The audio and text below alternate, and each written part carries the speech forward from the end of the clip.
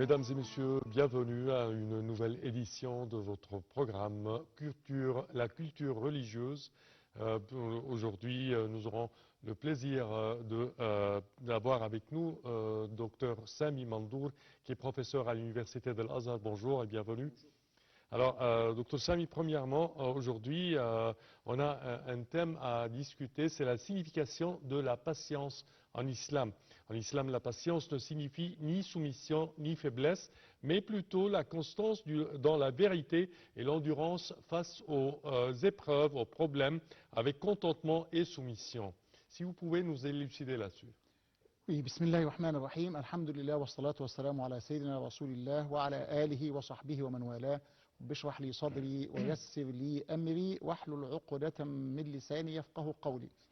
Effectivement, comme vous avez déjà dit, quand on parle de la patience, c'est pas la soumission, mais c'est plutôt un contentement et c'est plutôt une certaine satisfaction face au destin. Et là, ça nous mène à parler de différents fondements de la foi. Parce qu'on a parlé de l'islam, les 5 piliers de l'islam, on peut parler aussi de 6 fondements de la foi. Oui. Et les 6 fondements de la foi, c'est quoi? Vous avez an tu'mina billahi, comme l'a dit déjà le hadith de Jibril. Billahi wa malaikatihi wa kutubihi wa rusulihi wal yawmil akhiri wal qadari khayrihi wa sharrihi hulwihi wa murrihi. C'est-à-dire, donc, vous devez croire en Allah, en ses messagers, en ses livres sacrés, billahi wa en ses anges, malaikatihi, ses anges, kutubihi, ses livres sacrés, rusulihi, c'est-à-dire ses messagers envoyés, wal yawmil akhiri, le jour du jugement dernier, et wa bil qadari, on le distingue, que ce soit de bien ou de mal. Et quand on parle de la patience, on parle plutôt des épreuves. Et tout ce qui se passe dans notre vie, c'est déjà décrété. C'est déjà préétabli. Dans le destin des hommes, à l'éternité, Allah a écrit tout.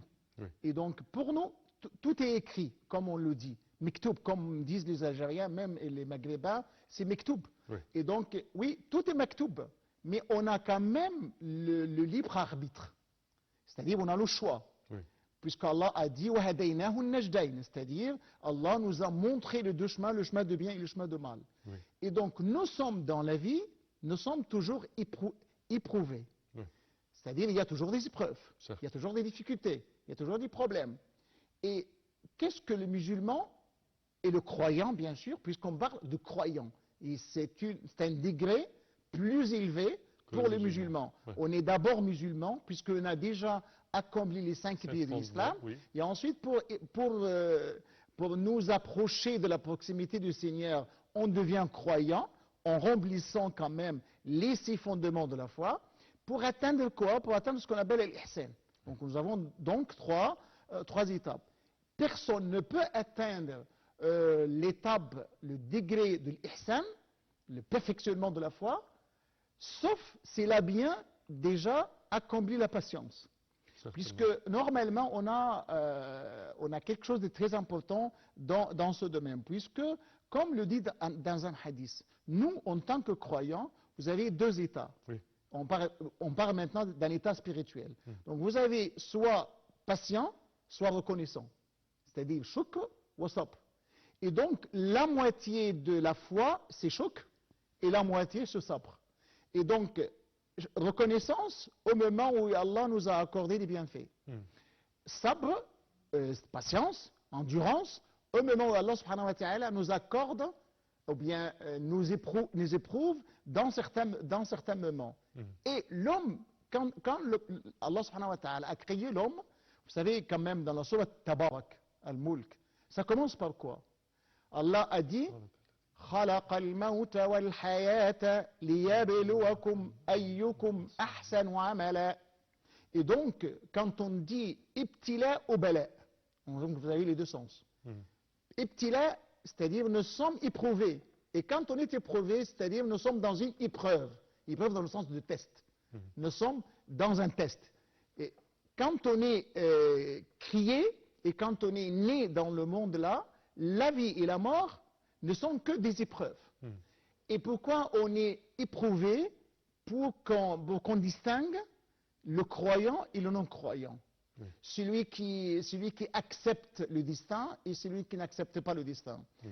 لِيَبْلُوَكُمْ أَيُّكُمْ أَحْسَنُ عَمَلًا. Pour savoir bien, et Allah le sait bien sûr parfaitement, أَيُّكُمْ أَحْسَنُ عَمَلًا, qui parmi vous a déjà la meilleure action. Et donc là, la philosophie, si je peux dire quand même, des épreuves, c'est ça. C'est pour éprouver l'homme et pour distinguer ceux qui sont de vrais croyants et ceux qui sont plutôt des musulmans par le nom, comme on dit. Et donc là, le premier objectif des épreuves, c'est de distinguer ceux qui sont de vrais croyants et ceux qui sont, ceux qui ne le sont pas, si je peux dire quand même. C'est la première chose que nous devons dire à ce moment. Je vous interromps là pour passer, chers téléspectateurs, ce commentaire pour parler plus de la patience et une sorte de passer en revue de la patience en islam. Voyons ensemble.